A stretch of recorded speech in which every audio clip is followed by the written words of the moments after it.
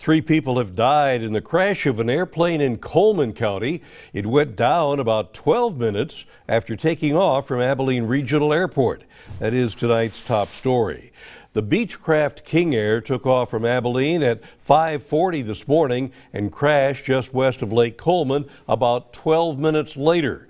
The Department of Public Safety and Coleman County Sheriff's Office found the wreckage in a field near Lake Coleman.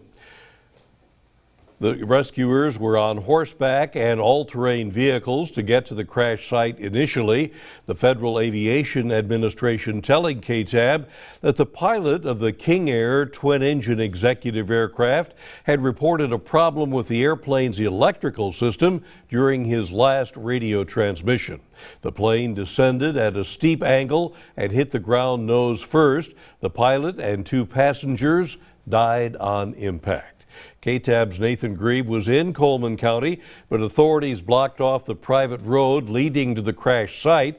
Nathan has been working on this story all day and is here in the studio now. Nathan, what have you found out?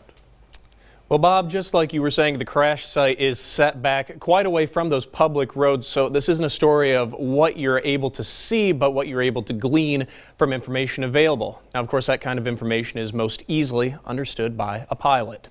On County Road 471, lots of vehicles, but no activity. That's all several miles off the beaten path. That means this collection of numbers and arrows is, for the moment, the best way to tell just what happened. It looked to me, you know, he turned around and made more than one 360-degree turn, which would sort of make you think, hey, something's not going right. That's General Aviation pilot Dan Kenley, and he says the human body is truly out of its element while in flight. All those things are against you when you're flying. In the airplane, you can't tell a pull-up, but it pushes you down in the seat, from a turn, which pushes you down in the seat. So your kinesthetic senses will not work in the air. And the only thing you can do, you gotta fly the instruments in the airplane. Add in the possibility of losing instruments and things become even more dire. Somebody's instruments could go out, and if they went out and they were trying to do something in the airplane, when they bent down and moved back up, that would start all these sensations that you get, and that could do you in. As you put the flight path into motion, you can see it all play out. The details may never fully be known, but the result is clear.